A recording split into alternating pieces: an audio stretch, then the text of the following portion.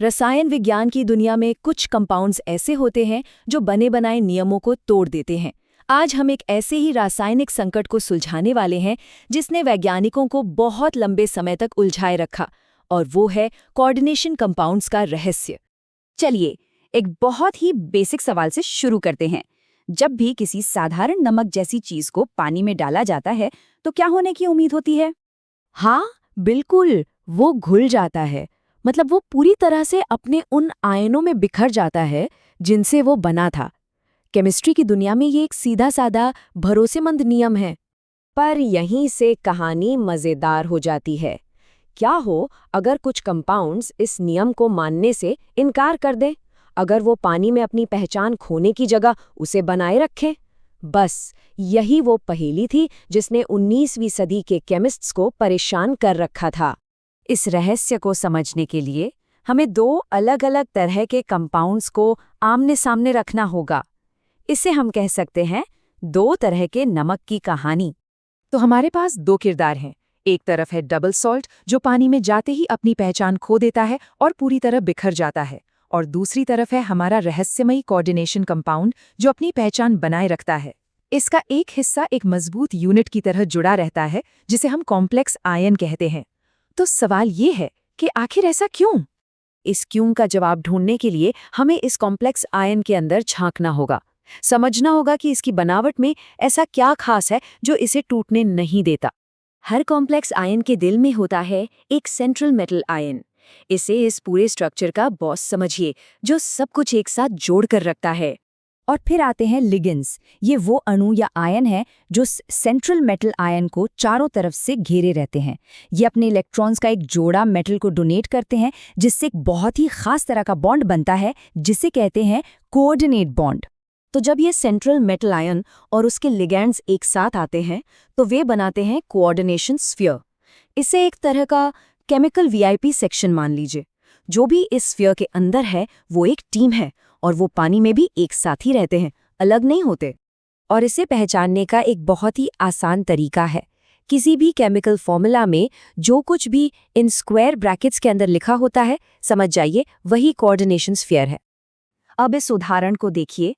जब K4FeCN6 को पानी में घोला जाता है तो पोटेशियम आयन यानी K+ तो अलग हो जाते हैं, लेकिन जो हिस्सा ब्रैकेट के अंदर है FeCN6 4-, वो एक अकेली यूनिट बनकर तैरता रहता है, वो टूटता नहीं है। तो ये सारी बातें हमें ले चलती हैं एल्फ्रेड वर्नर के पास, वो जीनियस जिसने आखिरकार इस पहेली को सुलझाया। और उनका आइडिया उस समय के हिसाब से सच में बहुत क्रांतिकारी था। साल था 1898। वर्नर ने एक थ्योरी दी। उन्होंने कहा कि हमें मेटल्स के बारे में सोचने का अपना तरीका बदलना होगा।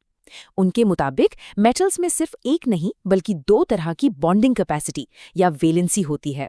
वार्नर ने इन्हें कहा प्राइमरी और सेकेंडरी वैलेंसी।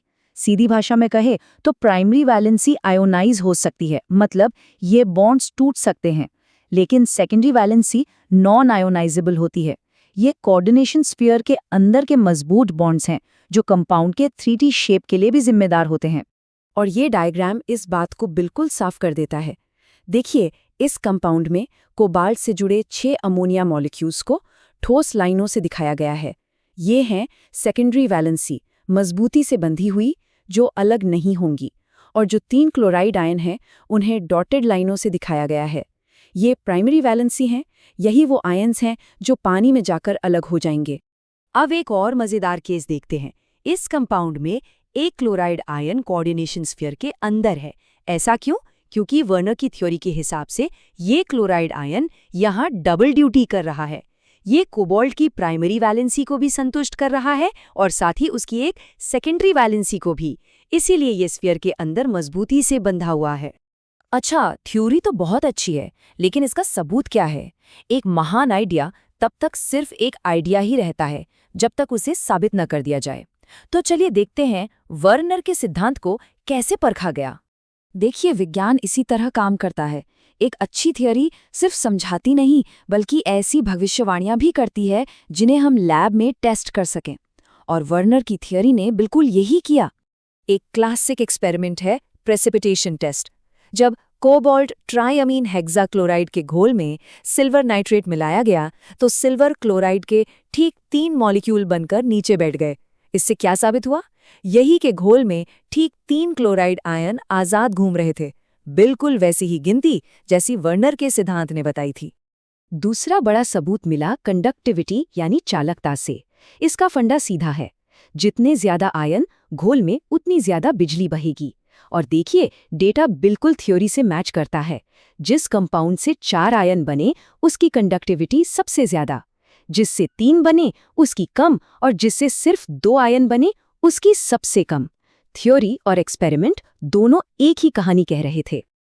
तो ठीक है, ये सब तो 100 साल से भी पुरानी बात है। आज की तारीख में ये सब जानना क्यों जरूरी है? इसकी अहमियत इसलिए है क्योंकि वर्नर की थ्योरी ही वो पहली ठोस व्याख्या थी जिसने इन रहस्यमयी कंपाउंड्स की बनावट और बॉन्डिंग को सफलतापूर्वक समझाया।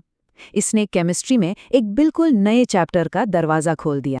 ये सिर्फ एक कहानी का अंत नहीं था, बल्कि एक नई शुरुआत थी। वर्नर के काम ने ही आगे चलकर वैलेंस बॉन्ड थ्योरी और क्रिस्टल फील्ड थ्योरी जैसे मॉडर्न सिद्धांतों की नींव रखी, जो आज भी केमिस्ट्री में बहुत ज़रूरी हैं। और यहीं पर हम एक बड़े सवाल के साथ रुकते हैं। अगर सिर्फ 2 तरह की वैलेंसी का एक सिंपल आइडिया केमिस्ट्री के पूरे एक फील्ड को बदल सकता है, तो सोचिए आज विज्ञान में ऐसी कौन सी मौलिक पहेलियां छिपी हुई हैं जो बस एक नए क्रांतिकारी आइडिया के सामने आने का इंतजार कर रही हैं।